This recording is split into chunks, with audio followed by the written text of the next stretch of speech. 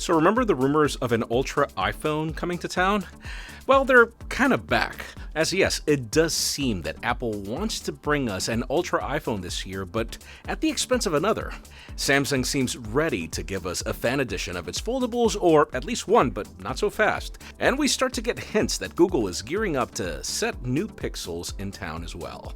I'm Jaime Rivera, and what if I told you that today is not Monday, that you're just living in a simulation? I tell that to myself every Monday. This is Pocketnow Daily.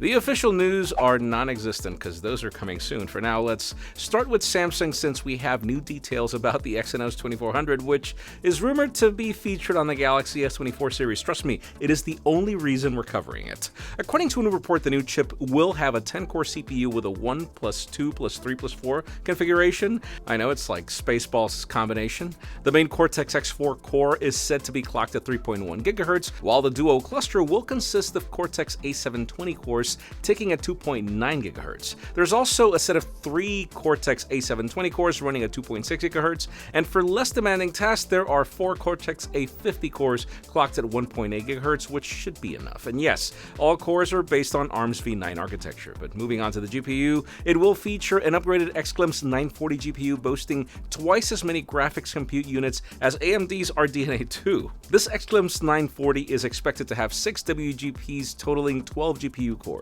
But it's unclear if that will be good enough to compete with the Snapdragon 8 Gen 3 since we still don't know much about it.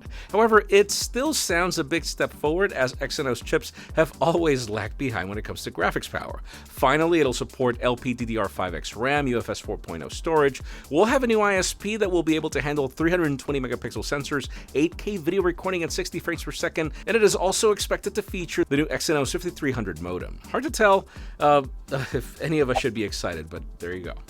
Now let's talk about Google since we have new reports about the Pixel 8 series. Big updates to the apps are usually timed with new Pixel releases, and now it's time for Google's to update the camera with a big UI redesign, like for the first time in years. Android Authority shared some images showcasing some of the new changes. First, we get to notice that the company focused on placing the controls at the bottom of the screen for improved reachability. The settings pill at the top is now on the bottom left corner of the screen, and only the tapping sheet still appears at the top. Now, in the preferences, we can also see new tricks like a video stitcher.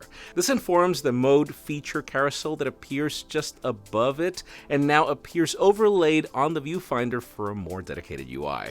On the camera side, you get action pan, long exposure, portrait, photo, night sight, and panorama. And on the other hand, for video, we see pan blur, slow motion, time lapse, and video stabilization are now in the settings menu with standard, locked, and active options. The shutter button remains the same, but the front and rear switchers are now on the right, and then we have the preview on the left. I mean, it's not bad, but I would love to know what you think in the comments.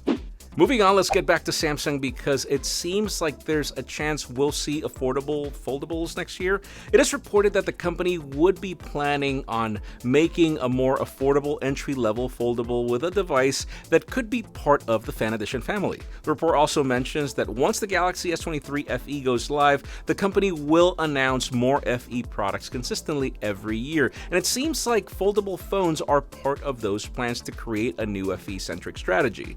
The rumors suggest that we will see the first Fan Edition Galaxy Z device after the Galaxy Z Fold 6 and Z Flip 6 go live. Sadly, we don't know if it's going to be Fan Edition Flip or Fold, or who knows, we could probably see both models get a more affordable version. Honestly, I think the Z Flip 6 FE would make more sense because it's the most popular foldable and also has a lower price tag, which is easier to bring to the market. Also remember that base motor Razer that's coming very soon to compete. So yeah, if this ends up happening, it would be a great strategy to get users to try foldables for the first time. I've been saying it since day one that it's time, Samsung. We need more aggressive price tags. And finally, for the most interesting news today, let's talk about Apple because, yes, rumors about the upcoming iPhones continue coming in, and there's a lot to cover. So let's start with the battery. As we all know, Cupertino will replace the Lightning port with USB-C on the iPhone 15 series. Now, it is reported that this change will allow faster charging speeds. The iPhone 14 Pro is limited to charging at 27 watts, while the base models are limited to 20 watts, but that will change with the new series since it is reported that it will support faster speeds of up to 35 watts. It is also reported that this year Apple will also change the cables that come inside the box. Apparently, Cupertino will ship the iPhone 15 lineup with a braided color that matches the device. And it's not hard to believe since we've been seeing this with the MacBooks. And honestly, at this point, it is surprising that we still get charging cables inside the box, but I'm not going to complain. And just to wrap it up, let's talk about the iPhone 15 Pro Max. A few months ago, Mark Gurman reported that there was potential for an iPhone 15 Ultra to replace the Pro Max this year. However, months went by and those rumors just kind of lost relevance, but they are back. Earlier today, multiple sources started claiming that Apple will indeed use the iPhone 15 Ultra branding for its biggest model. It is still unclear what the purpose of the change is because so far the only differentiating factor between the Pro and the Pro Max is the rumored periscopic lens that would be featured on the bigger model. Anyways, in today's question, let us know, what do you think about the iPhone 15 Ultra name? Because honestly, it's not like if there aren't any more names available, considering that this one kind of belongs to a competitor. But that's just me. Leave us a comment down below. We'd love to know your opinion. Friends, again, if you want to get the news earlier, follow us on Pocketnow.com and subscribe to our channel for more videos like this one. You can also follow us on social media. Our extended coverage happens on Instagram, and follow me on my personal handles to see me do more wishful thinking. Please give this video a thumbs up if you like what you saw. I'm Jaime Rivera. Thanks so much for watching. We'll see you tomorrow.